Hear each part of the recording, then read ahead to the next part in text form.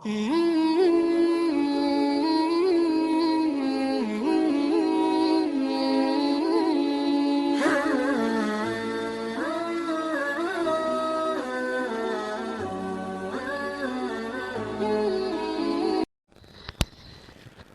علیکم ورحمۃ اللہ وبرکاتہ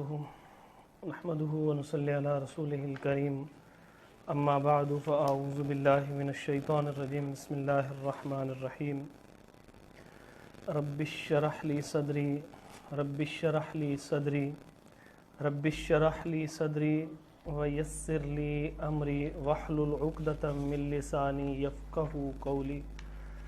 اللہم تقبل منا صالح الاعمال وتجاوز عن سیئات اعمالنا۔ ناظرین کرام، آج کا دوسرا پروگرام آپ کے سامنے لے کے حاضر ہوا۔ آج انشاءاللہ کتاب الطہارہ کی باقی احادیث جو ہیں وہ آپ کے سامنے ذکر کی جائیں گی۔ تو آغاز کرتے ہیں حدیث نمبر 23 سے۔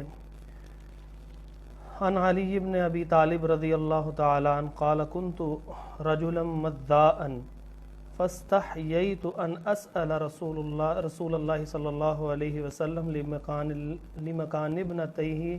مني فأمرت المقداد بن الاسود فسأله فقال يغسل ذكره وتوضأ۔ علی بن ابی طالب یعنی حضرت علی رضی اللہ عنہ سے روایت ہے، وہ بیان کرتے ہیں کہ میں کثرت مزی والا آدمی تھا۔ مزی اس چیز کو کہتے ہیں کہ جو احتلام ہونے سے پہلے ایک ہلکا سا لیزدار مادہ شرمگاہ کے اوپر آ جائے، اس کو مزی کہتے ہیں۔ اور انزال سے پہلے یعنی قربت سے پہلے، اور بعض اوقات ایسے ہوتا ہے کہ جو بہت زیادہ کثرت شہوت والے افراد ہوتے ہیں ان کو بھی یہ مادہ نکلنے کا جو ہے وہ ایک کیفیت ہوتی ہے ان کی۔ تو حضرت علی رضی اللہ عنہ چونکہ رسول اللہ صلی اللہ علیہ وسلم کے داماد تھے، تو اس لیے رسول اللہ صلی اللہ علیہ وآلہ وسلم سے براہ راست جو ہے وہ مسئلہ پوچھتے ہوئے جھجک رہے تھے۔ تو اس بارے میں انہوں نے اپنے ایک دوست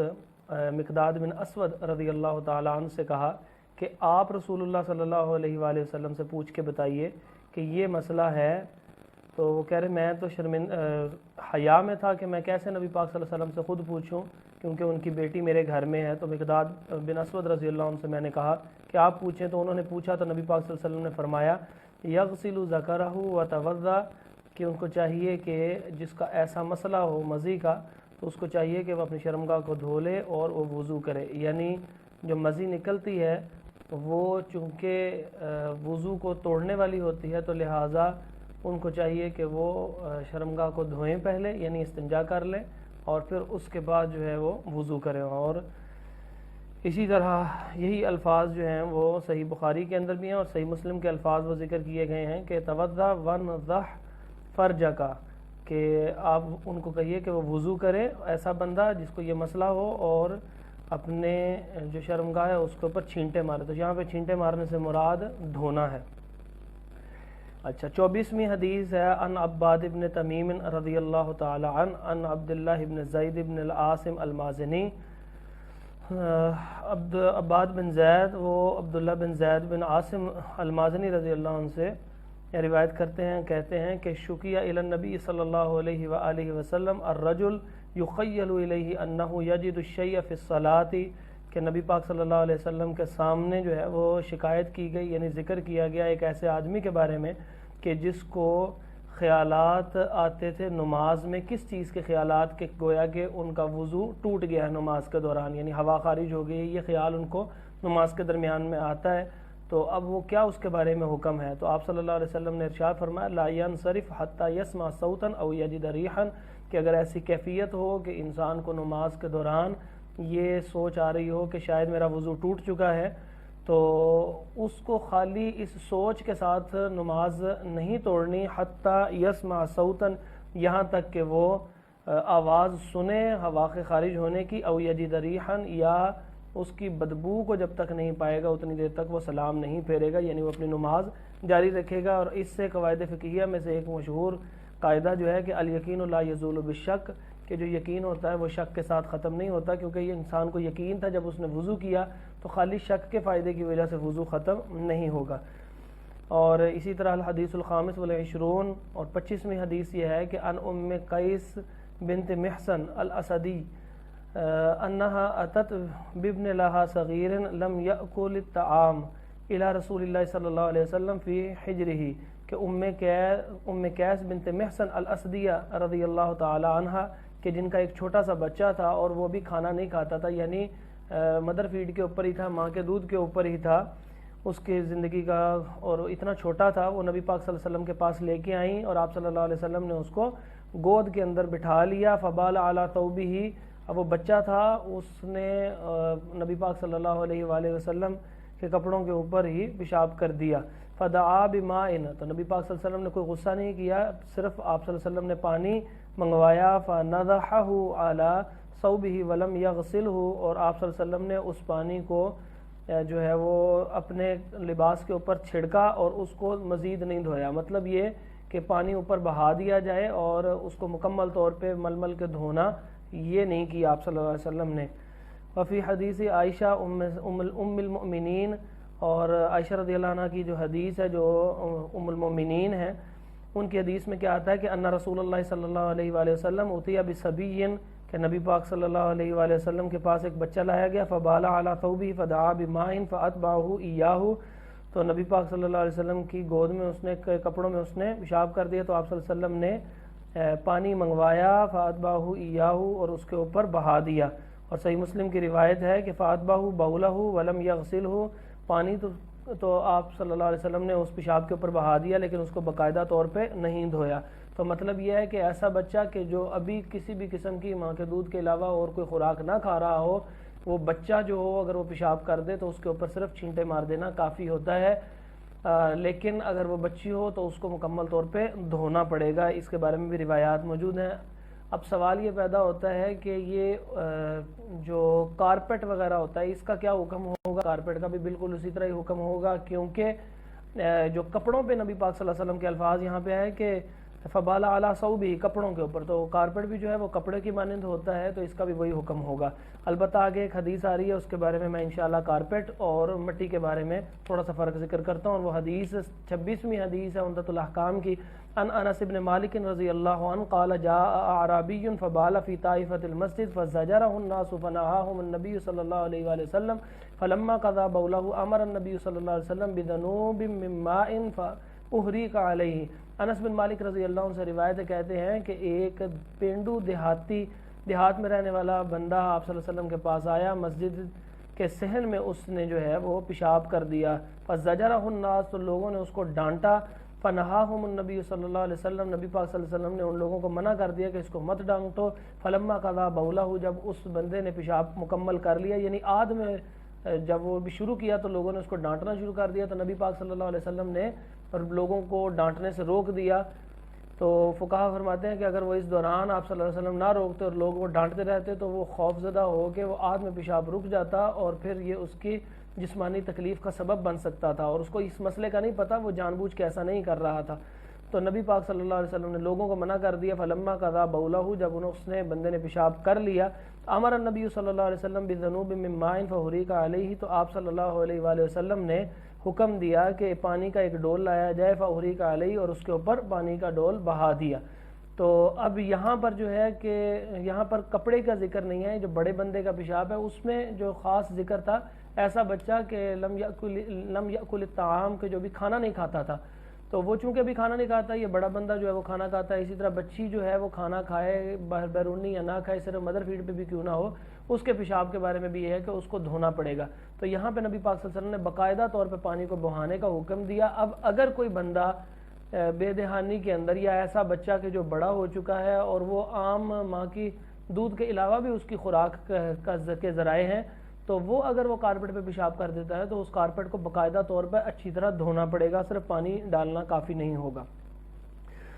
اچھا، اس کے بعد ایک حدیث ہے 27ویں، ابو ہریرہ رضی اللہ عنہ سے روایت ہے، کہتے ہیں سمعت رسول اللہ صلی اللہ علیہ وآلہ وسلم، میں نے اللہ کے رسول صلی اللہ علیہ وسلم سے سنا، الفطرۃ خمس، کہ 5 چیزیں جو ہیں وہ فطرت میں سے ہیں، الختان، بچے کے ختنے کرنا، یعنی جب بچہ پیدا ہوتا ہے لڑکا تو اس کے شرمگاہ کے اگلے حصے میں سے لٹکتے حصے تھوڑے سے کو کاٹ دیا جاتا ہے، اس کو ختنہ کہتے ہیں، والاستحداد، اور جب بچہ بالغ ہو جاتا ہے، بچہ یا بچی، تو اس کی شرمگاہ کے اوپر جو بال آ جاتے ہیں ان کو اتار دینا، اس کو الاستحداد کہتے ہیں۔ یہ استرے وغیرہ کسی چیز سے ایسے اتار دینا، البتہ اگر اس کی جگہ کوئی اور اس کا دوسرا ذریعہ استعمال کر لیا جائے تو بہرحال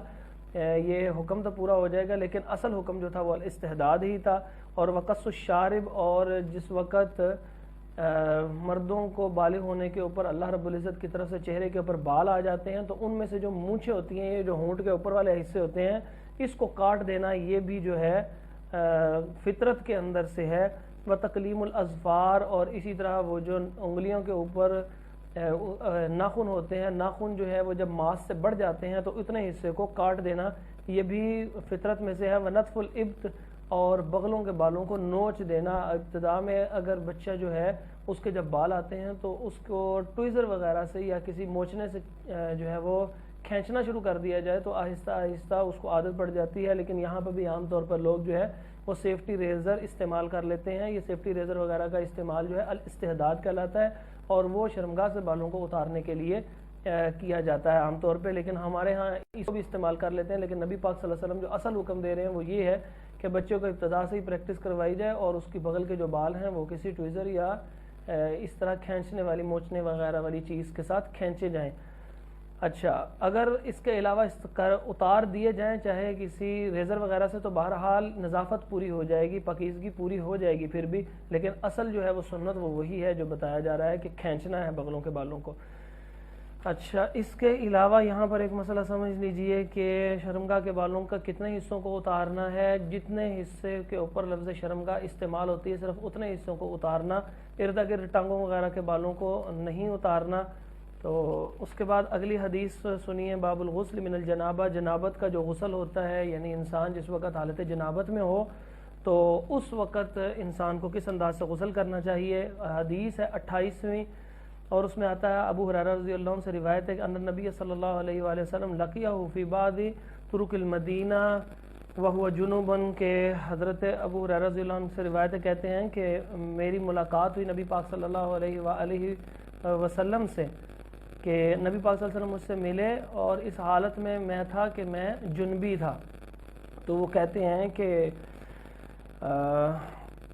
فنست منہ، میں نظر بچا کے ان سے نکل گیا، یعنی میں جنبی تھا تو جنبی ہونے کی وجہ سے نبی پاک صلی اللہ علیہ وسلم کے سامنے میں نہیں آنا چاہتا تھا، مجھے اچھا نہیں لگا۔ فذهبت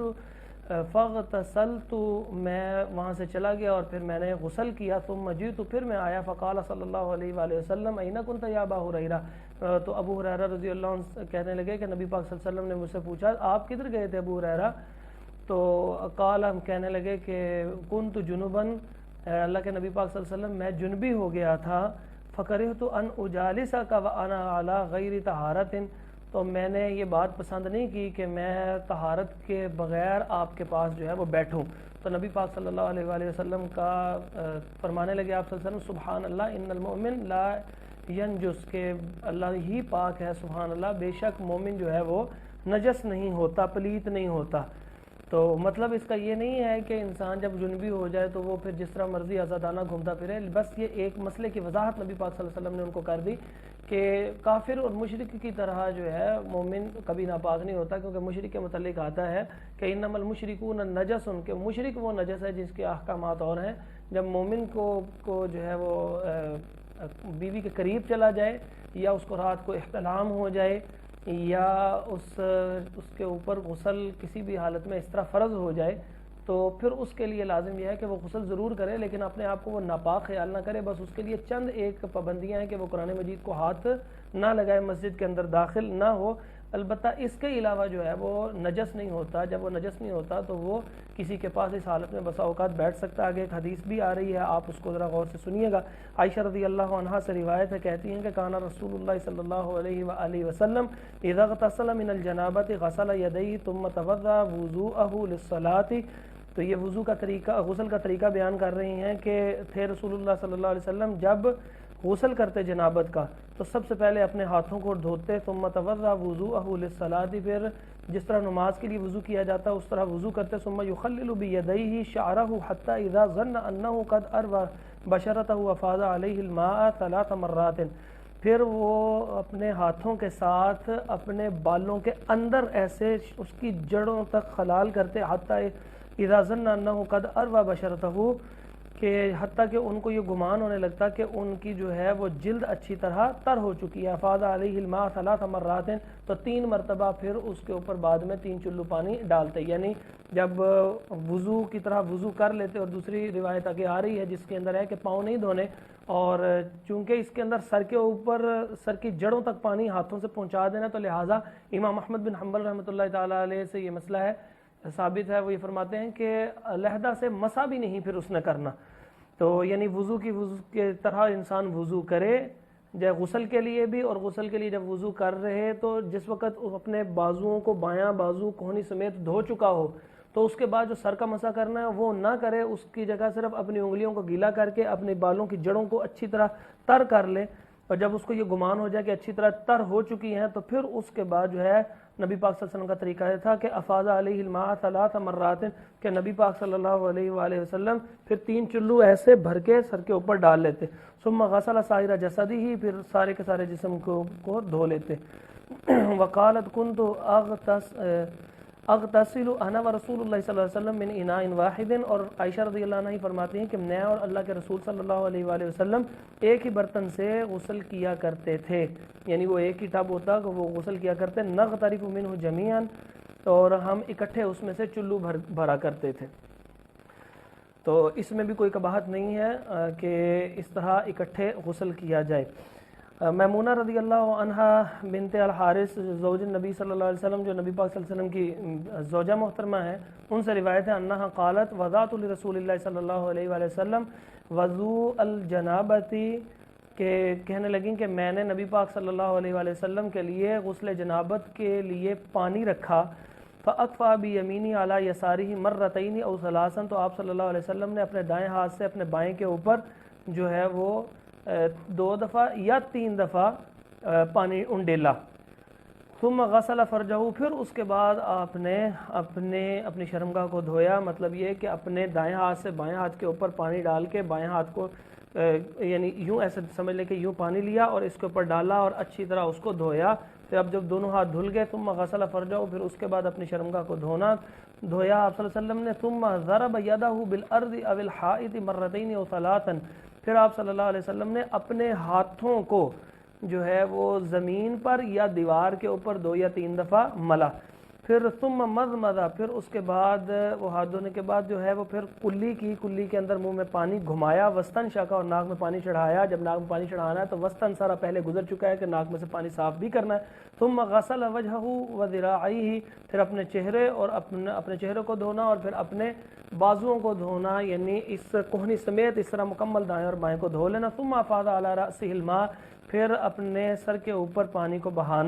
بہایا آپ صلی اللہ علیہ وسلم، ثم غسل، یہ میں نے آپ کو بہانے کا طریقہ بتا دیا کہ یہاں تک ہاتھوں کو دھونے کے بعد یہ پچھلی حدیث کے اندر گزرا ہے کہ وہ انگلیوں کے ساتھ بالوں کی جڑوں کو اچھی طرح گیلا کر لینا، جب گمان ہو جائے کہ مکمل جلد گیلی ہو گئی پھر اس کے بعد 3 چلو پانی ڈالنا، یہ ہے ثم افاض علی رأسہ الماء ثم غسل سائر جسدہ، پھر سارے کے سارے جسم کو دھویا، اب سارے جسم کو دھونے کے بعد ثم تنحى، پھر الگ ہو گئے، فغسل رجلیہ، پھر آپ صلی اللہ علیہ وسلم نے اپنے پاؤں کو دھویا، فَأَتَيْتُهُ بِخِرْقَةٍ لَمْ يُرِدْهَا، تو جس وقت آپ صلی اللہ علیہ وسلم نے اس کے بعد یعنی جب پورا جسم کو اچھی طرح دھو لیا تو پھر اپنی جس جگہ کھڑے تھے اس سے تھوڑا سائیڈ پہ ہو گئے، پھر اپنے پاؤں کو دھو لیا، یہ آپ کا غسل مکمل ہو گیا۔ تو میمونہ رضی اللہ عنہ کہتی ہیں کہ میں کپڑے کا ایک ٹکڑا آپ صلی اللہ علیہ وسلم کے پاس لے کے آئی، فلم یریدھا، تو آپ صلی اللہ علیہ وسلم نے اس کو استعمال کرنے کا ارادہ نہیں کیا، یعنی آپ صلی اللہ علیہ وسلم نے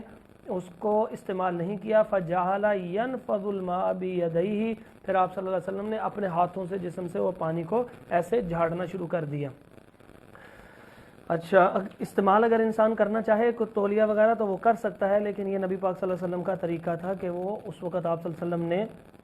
استعمال نہیں کیا کسی بھی قسم کے کپڑے کو۔ اچھا، عبداللہ بن عمر رضی اللہ عنہ سے روایت ہے کہ ان عمر بن الخطاب رضی اللہ عنہ قال یا رسول اللہ صلی اللہ علیہ وسلم ایرقد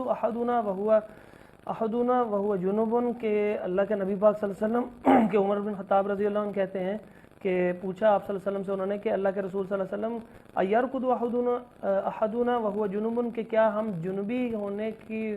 کے باوجود بھی ہم کیا سو سکتے ہیں، یعنی بغیر غسل کیے سو سکتے ہیں؟ آپ صلی اللہ علیہ وسلم نے فرمایا نعم جی سو سکتے ہو۔ اذا توضأ احدکم فلیرقد، جب تم میں سے کوئی وضو کر لے تو وہ سو جائے، یعنی بہتر عمل یہی ہے کہ جس وقت انسان قریب چلا جائے بیوی کے صحبت کرے اور انزال ہو جائے، یا اگر انزال نہیں بھی ہوگا تو آگے اس کی حدیث بھی آ رہی ہے بیوی کے قریب ہو جائے اچھی طرح، تو اس کے بعد اس انسان پہ غسل فرض ہو جاتا ہے، یا رات کو احتلام ہو جائے تو غسل فرض ہو جاتا ہے۔ تو ان تینوں حالتوں میں سے جس پہ حالت میں غسل فرض ہوا ہے، اگر وہ صبح اٹھ کے غسل کرنا چاہتا ہے تو وہ صبح غسل کر سکتا ہے، لیکن اس کے لیے بہتر یہی ہے کہ وہ اب اپنے شرمگاہ کو پہلے دھوئے اور اس کے بعد یعنی استنجا کرنے کے بعد وضو کرے۔ اس حدیث میں صرف اور صرف ابھی وضو کا ذکر ہے، اگلی حدیث کو ذرا غور سے سنیے۔ ان ام سلمہ زوج النبی صلی اللہ علیہ وسلم قالت جاءت ام سلیم امرأة ابی طلحہ، ام سلمہ رضی اللہ عنہا جو نبی پاک صلی اللہ علیہ وسلم کی زوجہ محترمہ تھی، بیوی تھیں، وہ کہتی ہیں کہ ام سلیم جو ابو طلحہ رضی اللہ عنہ کی بیوی تھیں، وہ نبی پاک صلی اللہ علیہ وسلم کے پاس آئیں الی رسول اللہ صلی اللہ علیہ وسلم فقالت، اور وہ آ کے کہنے لگیں یا رسول اللہ صلی اللہ علیہ وآلہ وسلم ان اللہ لا یستحی من الحق، کہ بے شک اللہ تعالیٰ جو ہے وہ حق بات کہنے سے شرماتا نہیں ہے۔ یعنی اب وہ ایک ایسا مسئلہ پوچھنے لگی ہیں جو عام طور پہ عورتیں کسی سے مسئلہ پوچھتے ہوئے شرم کھاتی ہیں، تو اس سے پہلے انہوں نے یہ تمہید باندھی کہ بے شک اللہ تعالیٰ جو ہے وہ مسائل کے بیان میں شرماتے نہیں ہیں، یعنی جو اللہ تعالیٰ نے آپ کو باتیں بتائی ہیں اس میں سے ہمیں بتائیے کہ حل علی المرأۃ من غسل اذا ہی احتلمت، کہ کیا عورت کے اوپر بھی غسل اسی طرح واجب ہو جائے گا کہ جب وہ عورت جو ہے وہ جس کو احتلام ہو جائے، یعنی جس طرح مرد کو احتلام ہوتا ہے رات کو سوئے میں،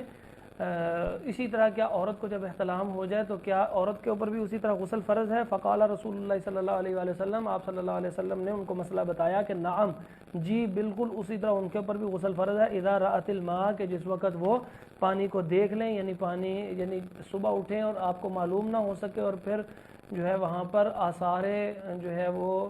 احتلام نظر آ جائیں، تو اس کو کہتے ہیں پانی کو دیکھ لینا، یا اسی وقت بھی بعض اوقات احساس ہو جاتا ہے تو اس کو کہتے ہیں احتلام ہونا۔ تو جس وقت وہ دیکھ لے تو اس وقت اس پہ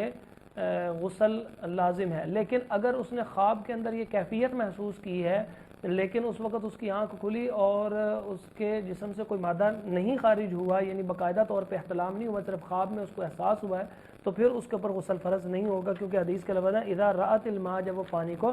دیکھے۔ اچھا، اور 23ویں حدیث عائشہ رضی اللہ عنہ سے روایت ہے، قالت فرماتی ہیں کہ کنت اغسل الجنابۃ من ثوب رسول اللہ صلی اللہ علیہ وآلہ وسلم فیخرج الی الصلاۃ وان بکاء الماء فی ثوبہ، کہ میں نبی صلی اللہ علیہ وسلم کے جو کپڑے ہوتے ہیں ان سے جنابت کو دھو دیتی، اور آپ صلی اللہ علیہ وسلم اس کے بعد جو ہے وہ اسی کپڑوں کے اندر جو ہے وہ نماز کے لیے جاتے، اور بسا اوقات ایسے ہوتا کہ کپڑوں کے اوپر وہ پانی کے اثرات ہوتے ہیں، یعنی جس وقت آپ پانی سے آپ دھوتے ہیں تو وہ پانی جو ہے کہ گلاہٹ اور تراہٹ جو ہوتی ہے وہ جو کپڑا انسان نے پہنا ہوتا ہے اس کے اوپر دور سے نظر آ رہی ہوتی ہے، تو اس طرح نظر بھی آ رہی ہوتی تو پھر بھی آپ صلی اللہ علیہ وسلم چلے جاتے۔ اور لقد كنت افركه من صوب رسول اللہ صلی اللہ علیہ وآلہ وسلم فرقا فیصلی فیہ، تو میں نبی پاک صلی اللہ علیہ وسلم کے لباس سے جو جنابت کے آثار ہوتے ان کو اپنے جو ناخنوں سے وہ کھرچ ڈالا کرتی تھی، اور پھر جب وہ کھرچ دیتی اور اس کے آثار ختم ہو جاتے تو نبی پاک صلی اللہ علیہ وآلہ وسلم جو ہے اس میں نماز ادا کر لیا کرتے تھے۔ 34ویں حدیث ابو ہریرہ رضی اللہ عنہ سے روایت ہے کہ ان رسول اللہ صلی اللہ علیہ وآلہ وسلم، کہ اللہ کے رسول صلی اللہ علیہ وسلم نے فرمایا، یعنی ابھی تک یہ ذکر ہوا ہے کہ اگر کوئی بندہ مسلمان ہو جائے تو اس پہ غسل فرض ہو جاتا ہے، اور اسی طرح جب جمعہ کا غسل ہو، جمعہ کا دن آئے تو اس کو غسل کرنا چاہیے، اسی طرح عیدین کے موقع کے اوپر غسل کرنا چاہیے، اسی طرح انسان جس وقت اس کو احتلام ہو جائے تو اس کو غسل کرنا چاہیے، اسی طرح جس وقت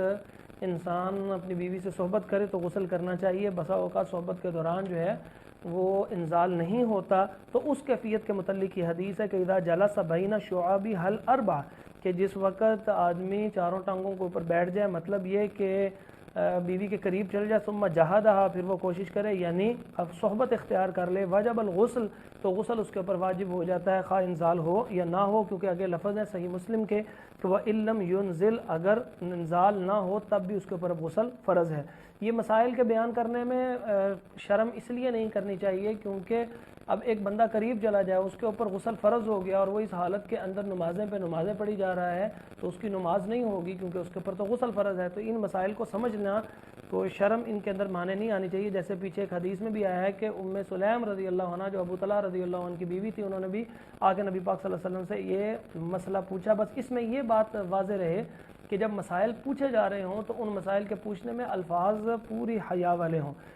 اگلی حدیث ہے ابو جعفر بن ابی طالب، یہ ابو جعفر بن علی بن الحسین بن علی بن ابی طالب، یہ حضرت علی رضی اللہ عنہ کے جو بیٹے حضرت حسین رضی اللہ عنہ تھے، ان کے بیٹے کا نام تھا علی، یعنی حضرت حسین رضی اللہ عنہ کے والد کا نام بھی علی رضی اللہ عنہ تھا اور آپ رضی اللہ عنہ کے بیٹے کا نام بھی اپنے باپ کے نام پہ علی رکھا تھا، اور ان کے آگے بیٹے تھے ابو جعفر۔ تو ابو جعفر اور حضرت علی یعنی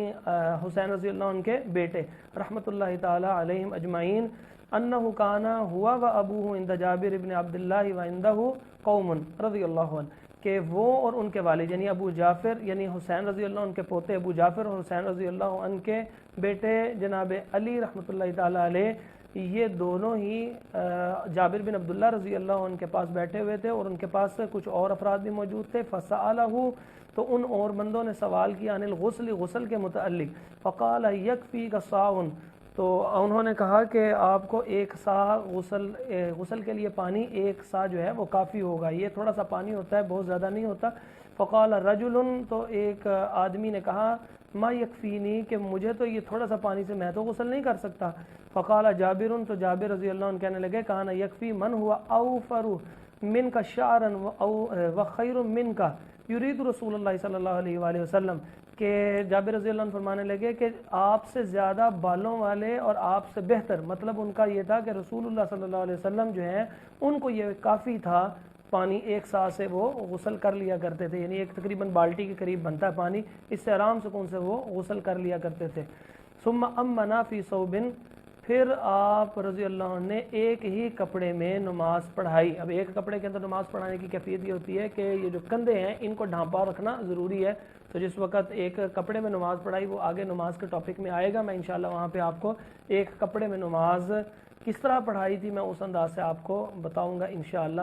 کہ کس انداز سے وہ باندھا جاتا ہے پیچھے سے، اور اس میں سے کندھے بھی تھوڑے سے وہ ڈھانپے جاتے ہیں اور آگے سے مکمل سطر بھی اس سے ڈھانپ لیا جاتا ہے ایک بڑے کپڑے میں۔ اور ایک روایت کے اندر لفظ ہے کان النبی صلی اللہ علیہ وسلم یفرغ الماء علی رأسی ثلاثا، تو نبی پاک صلی اللہ علیہ وآلہ وسلم اپنے سر کے اوپر 3 دفعہ پانی بہایا کرتے تھے۔ یعنی آپ کہتے ہو کہ ایک سا سے آپ کا غسل نہیں ہوتا، آپ کے بال زیادہ ہیں اور آپ کو کافی نہیں ہوتا، تو نبی پاک صلی اللہ علیہ وسلم تو 3 دفعہ سر کے اوپر پانی بھی اسی میں ڈال لیا کرتے تھے، تھوڑے سے پانی سے نہا لیا کرتے تھے۔ مطلب یہ ہے کہ صابن لگانا فرض نہیں ہے، لگانا چاہتے ہو تو لگا لو، اگر تھوڑا پانی بھی ہو تو تھوڑے پانی سے غسل کیا جائے گا۔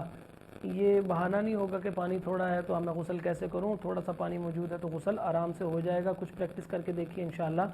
ہو جائے گا۔ ان عمران بن حسین رضی اللہ عنہ ان رسول اللہ صلی اللہ علیہ وآلہ وسلم رأى رجلا معتزلا لم يصلي في القوم، عمران بن حسین رضی اللہ عنہ سے روایت کہتے ہیں اللہ کے رسول صلی اللہ علیہ وسلم نے ایک آدمی دیکھا جو اپنی قوم سے الگ تھلگ ہوا تھا اور اس نے اپنے گروہ کے ساتھ قبیلے کے ساتھ مل کے نماز نہیں پڑھی، تو جب نماز اس نے نہیں پڑھی وہ علیحدہ ہو گیا تو فقال آپ صلی اللہ علیہ وسلم نے اس سے پوچھا یا فلان، اے فلان ما منعک ان تصلی فی القوم، کہ تو نے اپنی قوم کے ساتھ نماز کیوں نہیں پڑھی، یعنی کس چیز کی وجہ سے تو رکا رہا ہے۔ فقال یا رسول اللہ صلی اللہ علیہ وسلم اصابتنی جنابۃ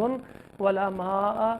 کہ اللہ کے رسول صلی اللہ علیہ وسلم مجھے جنابت پہنچی، یعنی مجھے جنابت کرنا تھا اور میرے پاس پانی میسر نہیں تھا۔ فقال آپ صلی اللہ علیہ وسلم نے فرمایا علیک بالصعید، کہ تو مٹی کے ساتھ کر لیتا، تجھے مٹی کافی تھی، فإنہ یکفیکا، بس بے شک یہ تجھے کافی تھی۔ اب یہ مٹی کے ساتھ کیا مطلب ہے؟ مطلب یہ اگلی حدیث میں آ رہا ہے جس کے اندر یہ بتایا جا رہا ہے کہ جب ایسی کیفیت ہو جائے کہ انسان کے اوپر غسل فرض ہو جائے جنابت کا کیوں نہ ہو، تو وہ مٹی سے تیمم کر لے اور تیمم اس کو کافی ہو جائے گا۔ آگے یہ طریقہ ذکر کیا جا رہا ہے وہ کس انداز سے تیمم کرے گا، لیکن یہاں پہ یہ مسئلہ سمجھ لیں کہ جب انسان نے مٹی سے تیمم کیا ہو اور اس کے بعد جب پانی میسر آ جائے تو وہ دوبارہ غسل جنابت اصلاً کرے گا۔ ان عمار بن یاسر رضی اللہ عنہما، عمار بن یاسر رضی اللہ عنہ سے روایت ہے، کہتے ہیں کہ بعثنی رسول اللہ صلی اللہ علیہ وسلم فی حاجت، فاجنبت کہ مجھے نبی پاک صلی اللہ علیہ وسلم نے کسی کام سے بھیجا اور میں وہاں پہ جب گیا تو میں جنبی ہو گیا، فلم اجد الماء میں نے پانی نہ پایا کہ میں جس سے غسل کر سکتا، تو پھر میں نے کیا کیا، فتمرغت فی الصعید کما تمرغ الدابۃ کہ پھر میں نے جو مٹی کے اوپر اس طرح لوٹ پوٹ ہونا شروع ہو گیا کہ جیسے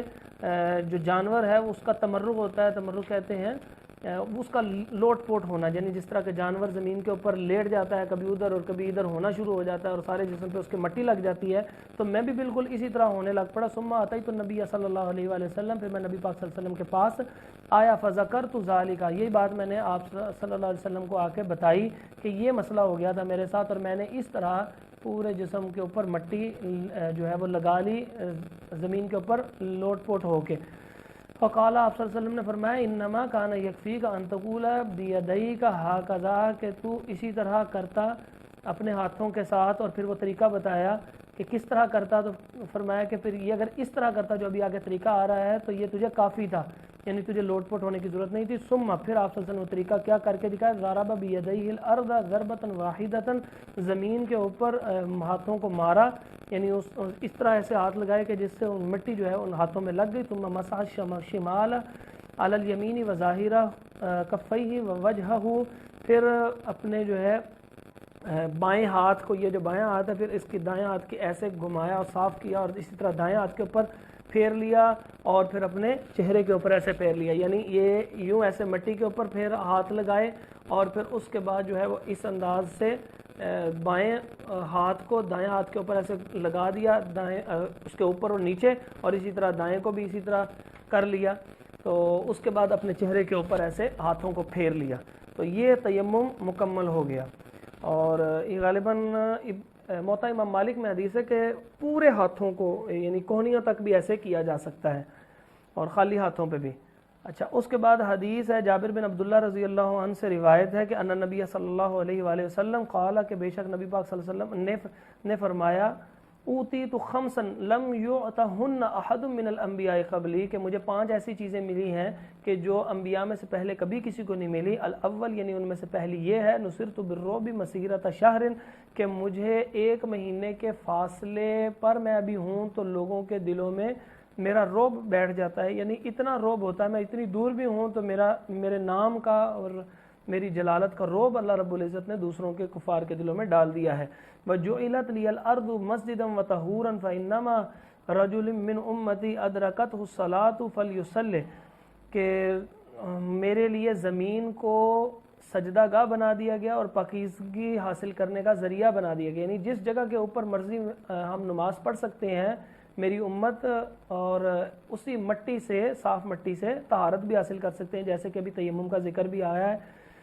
اور پھر فرمایا کہ پھر کوئی بھی جو میری امت کا آدمی ہو اس کو نماز کا وقت ہو جائے تو وہ کہیں بھی نماز، جہاں پہ بھی نماز کا وقت ہو وہ نماز پڑھ سکتا ہے، کوئی خاص عبادت گاہ اگر اس کو نظر نہیں آ رہی تو وہ جہاں نماز کا وقت ہوا ہے وہ جلدی سے نماز ادا کر لے، اور اگر عبادت گاہ نظر آئے تو پھر نماز جماعت کے ساتھ ادا کرنی چاہیے۔ وَأُحِلَّتْ لِيَ الْغَنَائِمُ،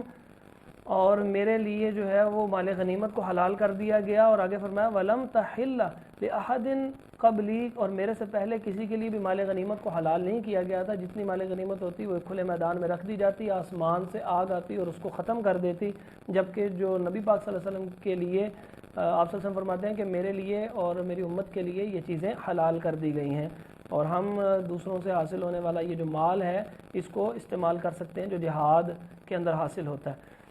اچھا، اور آگے فرمایا کہ وَأُوتِيتُ الشَّفَاعَةَ، اور مجھے سفارش کا حق دیا گیا ہے۔ اللہ رب العزت سے دعا ہے کہ اللہ رب العزت جو ہے محمد رسول اللہ صلی اللہ علیہ وسلم کی شفاعت جو ہے وہ قیامت والے دن ہمیں نصیب فرمائے۔ وَقَانَ النَّبِيُّ صلی اللہ علیہ وسلم، وَقَانَ النَّبِيُّ، اور ہر نبی، یہاں پہ النبی سے مراد تمام ہر نبی ہے کیونکہ آگے لفظ ہے یُبْعَثُ إِلَىٰ قَوْمِهِ خاصتاً، جو صرف اپنی قوم کی طرف بھیجے جاتے تھے، یعنی جو میرے سے پہلے نبی ہوتا، کوئی بھی نبی ہوتا، النبی کوئی بھی نبی تھا، وہ سارا صرف اپنی خاص قوم کے لیے کی طرف بھیجا جاتا، اسی کی طرف شریعت لے کے آتا، اور پھر فرمایا وَبُعِثْتُ إِلَى النَّاسِ كَافَّةً، اور مجھے تمام انسانوں کی طرف نبی بنا کر بھیجا گیا ہے، یہ باقیوں سے مجھے فضیلت دی گئی۔ اور اس حدیث کا جو ہمارے تیمم سے حصہ ہے وہ یہ ہے کہ زمین کو، مٹی کو پاکیزگی حاصل کرنے کا ذریعہ بنایا گیا ہے۔ اور تیمم جو ہے وہ مٹی سے ہوتا ہے، اور کوشش یہ کریں کہ گھر کے اندر جو ہے وہ صاف پاکیزہ مٹی کچھ تھوڑی سی ضرور رکھ لی جائے، کہ اگر ایسی کیفیت ہو کہ کہیں پانی میسر نہیں ہے اور ارد گرد بھی دور دور تک پانی نہ ہو تو نماز مؤخر نہ ہو، نماز ضرور کم از کم تیمم سے ادا کر لیجیے۔ اچھا، الحدیث التاسع والثلاثون، 39ویں حدیث ہے 39۔ اچھا، یہ ہے حیض کے بارے میں۔ اس کے بارے میں کچھ چیزیں پہلے سمجھ لیجئے کہ حیض جو ہے اور ایک حیض کے ساتھ ایک اور بیماری ہوتی ہے۔ یہ حیض بیماری نہیں ہے، یہ ایک عورتوں کے اوپر لازم کی ہوئی چیز ہے اللہ رب العزت کی طرف سے طبی طور پر۔ جو عورت کے رحم میں سے خون آتا ہے اس کو حیض کا خون کہتے ہیں، اور یہ کالے رنگ کا ہوتا ہے اور ہر قمری مہینے میں 7 دن کے قریب آتا ہی ہے۔ اچھا، اس کے علاوہ جو دوسرا خون ہوتا ہے، اس کے علاوہ بسا اوقات وہ ہارمونز کی خرابی محسوس ہوتی ہے اور پھر وہ خون آئی چلی جاتا ہے۔ وہ جو خون ہوتا ہے وہ تھوڑا سا پلاہٹ مائل ہوتا ہے، اور وہ جو پلاہٹ مائل ہوتا ہے اس خون کے اندر وہ خون رحم سے نہیں آتا، بلکہ وہ خون ایک رگ کی وجہ سے ہوتا ہے۔ تو یہ اس خون کو استحاضہ کہتے ہیں۔ تو جو استحاضہ ہوتا ہے یہ ایک مرض اور ایک بیماری ہے، اس کا علاج موجود ہے اور اطباء بھی کرتے ہیں، ڈاکٹرز بھی کے پاس بھی یہ علاج ہے اللہ تعالیٰ کی توفیق سے، تو اس کا علاج کروانا چاہیے۔ حیض جو ہے یہ عورت کی صحت مندی کی علامت ہے اور یہ رحم مادر سے آتا ہے۔ تو جب حیض کا خون آنا شروع ہو جائے تو پھر اس وقت جو ہے عورت کے اوپر لازم ہے کہ وہ نماز کو چھوڑ دیا کرے، اور جب روزہ بھی اس حالت میں وہ نہیں رکھے گی، اور مسجد کے اندر بھی وہ داخل نہیں ہوگی، قرآن مجید کو وہ نہیں چھوئے گی۔ تو یہ کچھ اس کی پابندیاں، باقی اس کے علاوہ کوئی پابندی نہیں ہے۔ وہ کھانا پکا سکتی ہے، کھانا کھا سکتی ہے، سب کے ساتھ بیٹھ سکتی ہے، جو مرد ہے اس کا شوہر ہے وہ اس کے قریب جا سکتا ہے، لیکن اس کے ساتھ قربت اور صحبت جس کو مباشرت حقیقی کہتے ہیں وہ نہیں کر سکتا۔ باقی اس کے ساتھ لیٹ سکتا ہے، اس کی گود میں سر رکھ سکتا ہے۔ یہ میں لفظ اس لیے کہہ رہا ہوں کہ آگے حدیث میں یہ سب باتیں ذکر ہو جائیں گی انشاءاللہ۔ اور جو استحاضہ ہے اس کے اندر جو ہے عورت جو ہے وہ نماز پڑھے گی۔ یہ دونوں کو سمجھنا اس لیے ضروری تھا کہ ایسا نہ ہو کہ عورت کو خون آ رہا ہو اور وہ اس کو حیض کا خون سمجھے اور وہ نماز چھوڑ دے، اس کے ذمہ نمازیں باقی رہ جائیں، اور ایسا بھی نہ ہو کہ یہ نہ ہو کہ حیض کا اس کو خون ہو وہ استحاضہ سمجھ کے نماز پڑھتی رہے، حالانکہ اس حالت میں نماز نہیں ہوتی۔ تو لہٰذا یہ میں نے اس لیے وضاحت کر دی ہے۔ جن کو مزید سمجھنا پھر دوبارہ اس کو ریوائنڈ کر کے تھوڑا سا پیچھے سے 1-2 منٹ پیچھے سے دوبارہ سنیے، جو میں نے یہ ترتیب بتائی ہے کہ حیض اور استحاضہ میں کیا فرق ہوتا ہے۔ آگے انشاءاللہ کہ نفاس کا ذکر آئے گا تو وہ بھی ذکر کر دیا جائے گا وہ کیا چیز ہوتی ہے۔ عائشہ رضی اللہ عنہ سے روایت ہے کہ ان فاطمہ بنت ابی حبیش سألت النبی صلی اللہ علیہ وسلم فقالت انی استحاض فلا اطہر افادع الصلاۃ۔ عائشہ رضی اللہ عنہ سے روایت ہے، کہتی ہیں فاطمہ بنت ابی حبیش نے نبی پاک صلی اللہ علیہ وسلم سے سوال کیا، کہنے لگیں کہ میں استحاضہ کی مریض ہوں اور میں پاک نہیں ہوتی، تو کیا میں استحاضہ کے دوران، یعنی وہ کہ جو رحم سے نہیں آتا بلکہ ایک رگ ہے اس میں سے خون آتا ہے اور وہ پیلے رنگ کا ہوتا ہے، تو کیا میں یہ اتنا زیادہ خون مجھے آتا ہے کہ میں اس سے پاک ہی نہیں ہوتی، تو کیا میں نماز چھوڑ دوں اس دوران؟ تو آپ صلی اللہ علیہ وسلم فرمایا لا، نہیں، بالکل نہیں نماز چھوڑنی، ان ذالک عرق، یہ ایک رگ ہے، ولکن دع الصلاۃ قدر الایام التي كنت تحیضین فیہا، صرف اتنے دن تک نماز کو چھوڑو کہ جتنے دن تک تمہیں حیض کا خون آیا کرتا تھا، یعنی اگر ایک مہینے کے اندر ان کو 7 دن حیض کا خون آتا تھا، اور عورتوں کو معلوم ہوتا ہے کہ کس دن سے لے کے کس دن تک عموماً ہر مہینے آتا ہے، تو ان ایام کے اندر جو ہے وہ صرف اور صرف تم چھوڑو، اور اس کے بعد جو ہے جب خون نہ رکے تو پھر وہ خون کی میں نے آپ کو پہچان بتا دی، پیلے رنگ کا خون ہوگا، کچھ نہ کچھ پلاہٹ ہوگی، وہ کسی برتن میں تھوڑا سا اکٹھا کر لیا جائے تو دیکھا جائے گا اس کے اوپر ہلکی سی پلاہٹ آ جائے گی، یہ سب روایات کے اندر باتیں موجود ہیں۔ تو پھر اس حالت کے اندر پھر کیا حکم ہے کہ پھر اس حالت کے اندر حکم یہ ہے کہ وہ ایک دفعہ غسل کرے اور پھر اس کے بعد نمازیں شروع کر لے، کیونکہ یہ اب حیض نہیں ہے بلکہ استحاضہ ہے۔ پھر فرمایا تم مغتسلی وصلی، پھر تم غسل کرو جب وہ حیض کا خون کا ایام ختم ہو جائیں تو پھر اس کے بعد تم نماز پڑھو۔ اور ایک روایت میں آتا ہے ولیست بالحیضۃ، یہ حیض کا خون نہیں ہے، وَإِذَا اقبلت الحیضۃ، جب حیض آئے فَتْرُكِ الصَّلَاةَ، تو نماز تو نے چھوڑ دینی ہے، وَإِذَا ذَهَبَ قَدْرُهَا، جب اتنے دن گزر جائیں جتنے دن حیض کا خون آیا کرتا تھا، تو فَغْسِلِي عَنْكِ الدَّمَ، تو اس خون کو دھو لے، مطلب یہ کہ تو غسل کر لے، وصلی، اور تو نماز ادا کر۔ اچھا، اگلی روایت ہے عائشہ رضی اللہ عنہ سے روایت ہے، کہتی ہیں کہ حبیبہ رضی اللہ تعالی عنہ ان کو 7 سال تک یہ مرض رہا ہے۔ فسالت رسول اللہ صلی اللہ علیہ وسلم عن ذلك فامرها ان تغتسل کہ ان تغتسل کہ انہوں نے رسول اللہ صلی اللہ علیہ وسلم سے سوال کیا اس کے بارے میں کہ مجھے یعنی ان کو 7 سال تک استحاضہ کا یہ مرض رہا تھا، خون رکتا ہی نہیں تھا، جو حیض کا خون تھا وہ حیض میں شروع ہو جاتا اور اس کے بعد پھر وہ 63 سال کا خون آنا شروع ہو جاتا۔ تو جب انہوں نے یہ سوال کیا تو آپ صلی اللہ علیہ وسلم نے ان کو حکم دیا کہ تم غسل کر لو، بس غسل جنابہ جو پیچھے طریقہ ذکر گزر چکا ہے اس کے مطابق کر لو۔ فکانت تغتسل لکل صلاۃ، تو اس طرح وہ کرتی۔ پھر انہوں نے کیا کیا، آپ صلی اللہ علیہ وسلم نے ان کو ایک دفعہ غسل کا حکم دیا، لیکن ان کا طریقہ یہ تھا کہ وہ ہر نماز کے لیے خود غسل کر لیا کرتی تھیں۔ اچھا، نبی پاک صلی اللہ علیہ وسلم نے بھی ایک روایت ہے، غالباً یہ مسند احمد میں موجود ہے، اس میں اس میں آپ صلی اللہ علیہ وسلم فرمایا کہ اچھی بات یہ ہے، بہتر ہے، مستحب ہے کہ تم فجر کے لیے غسل کر لیا کرو، ظہر اور عصر کے لیے ایک غسل کر لیا کرو، ظہر کو اس کے آخری وقت میں اور عصر کو اس کے پہلے وقت میں پڑھ لیا کرو، اور پھر مغرب عشاء کے لیے ایک غسل کر لیا کرو، مغرب کو آخری لمحات میں اور عشاء کو اس کے بالکل ابتدائی لمحات میں پڑھ لیا کرو۔ یہ بہتر تو ہے لیکن فرض نہیں ہے، فرض ایک ہی دفعہ ہے، جب حیض سے فارغ ہو تو عورت غسل کرے۔ اس کے بعد صحابیات جو ہیں وہ اس طرح کیا کرتی تھیں، ان کا ذاتی عمل ہے، مستحب ہے، اسقار ثواب ہے، تو اگر ہو جائے تو اچھی بات ہے، اگر نہ ہو تو گناہ نہیں ہوگا، واللہ عالم بالصواب۔ عائشہ رضی اللہ عنہ سے روایت ہے، قالت کہتی ہیں کہ کنت اغتسل انا ورسول اللہ صلی اللہ علیہ وسلم من اناء واحد، میں اور نبی پاک اللہ کے رسول صلی اللہ علیہ وسلم ایک برتن سے غسل کیا کرتے تھے، کلانا جنوب، ہم دونوں جنبی ہوا کرتے تھے، فکان یامرنی، تو آپ صلی اللہ علیہ وسلم مجھے حکم دیا کرتے، یعنی اس کیفیت کے اندر مجھے کس کیفیت کے اندر مجھے حکم دیا کرتے تھے کہ جب میں حائضہ ہوتی، یعنی اگلا حصہ ہے کہ جب میں حائضہ ہوتی تو مجھے حکم دیا کرتے کہ فَأَتَّذِرُ فَيُبَاشِرُنِي وَأَنَا حائض، کہ میں جب حالت حیض میں ہوتی تو آپ صلی اللہ علیہ وسلم میرے قریب ہوتے، لیکن آپ صلی اللہ علیہ وسلم ساتھ مجھے حکم دیتے کہ تم جو ہے وہ ازار یعنی تہبند باندھ لو۔ اچھا، وَكَانَ يُخْرِجُ رَأْسَهُ إِلَيَّ، اور وَهُوَ مُعْتَكِفٌ۔ اچھا، پھر تیسری بات اس حدیث میں یہ بیان کی جا رہی ہے کہ میں جب حیض میں ہوتی تو آپ صلی اللہ علیہ وسلم ان دنوں رمضان کے آخری عشرے میں اعتکاف جب بیٹھے ہوئے ہوتے اور میں ان دنوں حیض میں ہوتی، تو آپ صلی اللہ علیہ وسلم کا گھر جو ہے اور عائشہ رضی اللہ عنہ کا گھر، یعنی آپ صلی اللہ علیہ وسلم کا یہ جو گھر تھا وہ بالکل ساتھ ساتھ تھا، اس میں سے دروازہ نکلتا تھا، تو آپ صلی اللہ علیہ وسلم کا وہ جو اعتکاف کا جو حجرہ تھا اس میں سے آپ صلی اللہ علیہ وسلم سارا جسم وہیں پہ رہتا اور سر جو ہے، سر مبارک جو ہے وہ گھر کے اندر ہلکا سا کر لیتے اور عائشہ رضی اللہ عنہ کی گود میں سر ہوتا۔ اس حالت میں اب یہ آپ اندازہ لگا لیجئے اعتکاف کی حالت میں، تو نبی پاک صلی اللہ علیہ وآلہ وسلم کے متعلق فرماتی ہیں فَأَغْسِلُهُ وَأَنَا حَائِض، اور میں آپ صلی اللہ علیہ وسلم کے سر کو دھو دیتی۔ تو اس لیے یہ کہ عورت جب حائضہ ہو تو وہ کوئی بالکل اچھوت نہیں ہو جاتی۔ اچھا، آخری 2-3 حدیثیں ہیں، سماعت فرما لیں، بڑی مختصر ہیں۔ عائشہ رضی اللہ عنہ سے روایت ہے، کہتی ہیں کہ کانا رسول اللہ صلی اللہ علیہ وآلہ وسلم یتکی فی حجری، نبی پاک اللہ کے رسول صلی اللہ علیہ وسلم میری گود میں ٹیک لگائے ہوئے ہوتے، وَأَنَا حَائِض، اور اس حالت میں کہ میں حائضہ ہوتی، فَيَقْرَأُ القرآن، اور نبی پاک صلی اللہ علیہ وسلم پھر بھی میری گود میں ہونے کے باوجود اس حالت میں کہ میں حائضہ ہوتی پھر بھی قرآن مجید کی تلاوت کر لیا کرتے تھے۔ اور معاذہ رضی اللہ عنہ سے روایت کہتے ہیں کہ میں نے عائشہ رضی اللہ عنہ سے سوال کیا، ایک عورت معاذہ نے، کہ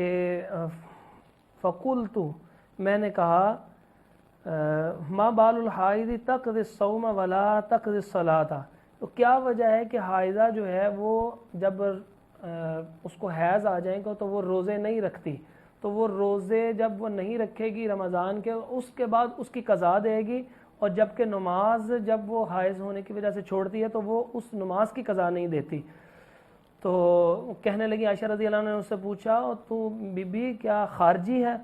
تو کیونکہ خارجیوں کا اس قسم کے مسائل ہوتے تھے، تو کہنے لگی نہیں میں خارجی نہیں ہوں، بلکہ میں تو صرف آپ سے مسئلہ سمجھنے کے لیے پوچھ رہی ہوں۔ تو عائشہ رضی اللہ عنہ فرمانے لگی کانا یصیبنا ذالک فنؤمر بقضاء الصوم۔ اچھا، یہ میرے سے پہلے غلطی سے کہہ دیا گیا کہ معاذہ یہ صحابیہ نہیں ہے، بلکہ یہ ایک تابعیہ تھیں رحمۃ اللہ تعالی علیہا۔ اچھا، یہ کہنے لگیں، عائشہ رضی اللہ عنہ کہنے لگیں کہ ہمیں بھی اسی طرح حیض ہوا کرتا تھا نبی صلی اللہ علیہ وسلم کے زمانے میں، اور ہمیں حکم یہ دیا گیا تھا کہ حیض کی وجہ سے جو روزے چھوڑے ہیں فنؤمر بقضاء الصوم، تو ہم ان روزوں کی قضا دیں، ولا نؤمر بقضاء الصلاۃ، اور ہم نماز کی قضا نہ دیں، کیونکہ جو نماز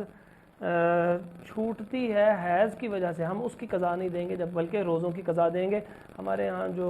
رمضان کا مہینہ ہے، عورتیں اسی طرح بغیر